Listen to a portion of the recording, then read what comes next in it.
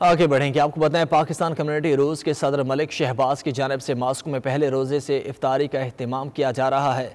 मलिक शहबाज ने नुमाइंदा नाचित न्यूज़ शाहिद घुमन से गुफ्तगू करते हुए कहा कि वो गुज़िश्ता 7 साल से इफ्तार का अहतमाम कर रहे हैं। उन्होंने कहा कि रोज़ाना दर्जनों पाकिस्तानी इफ्तारी करते हैं।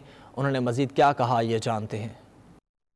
जी, मैं इस वक्त मौजूद हूँ रमज़ान दस्तरखान में। ये मास्को में रमज़ान दस्तरखान है जहाँ पूरा महीना रमज़ान की इफ्तारी करवाई जाती है और जिसका एहतमाम पाकिस्तान कम्युनिटी रूस के सदर मलिक शहबाज साहब करते हैं। मलिक शहबाज साहब मेरे साथ इस वक्त मौजूद हैं। इनसे पूछते हैं कि ये सिलसिला कब से शुरू किया और रोज़ाना कितने लोगों की इफ्तारी करते हैं। जी सर। जी शाहिद भाई, ये अपना 4-5 साल से अल्हम्दुलिल्लाह करवा रहे हैं इसी जगह पे। बाकी ये सब अल्लाह पाक की रहमतों से है, इंसान का ना कोई अपना अमल है ना दखल है। तो मतलब सब कितने लोग रोज़ाना इफ्तारी करते हैं यहाँ?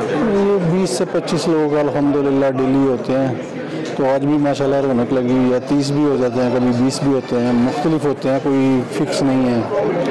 क्योंकि आपको पता है मास्को बड़ा शहर है, किसी को आने में आसानी होती है, किसी को दूर होता है, तो हर बंदा तो इफ्तारी में क्या क्या पेश करते हैं? जी अल्हम्दुलिल्लाह बारबेक्यूज़ हैं, जो खजूर है, अपना खजूर मिल्क शेक है, काजू खजूर पकोड़े, दही बल्ले, चाट, अल्हम्दुलिल्लाह अल्लाह पाक की रहमत से। और मास्को में जो मौजूद पाकिस्तानी हैं, क्या दूर दराज से भी आते हैं कि करीब से ही है?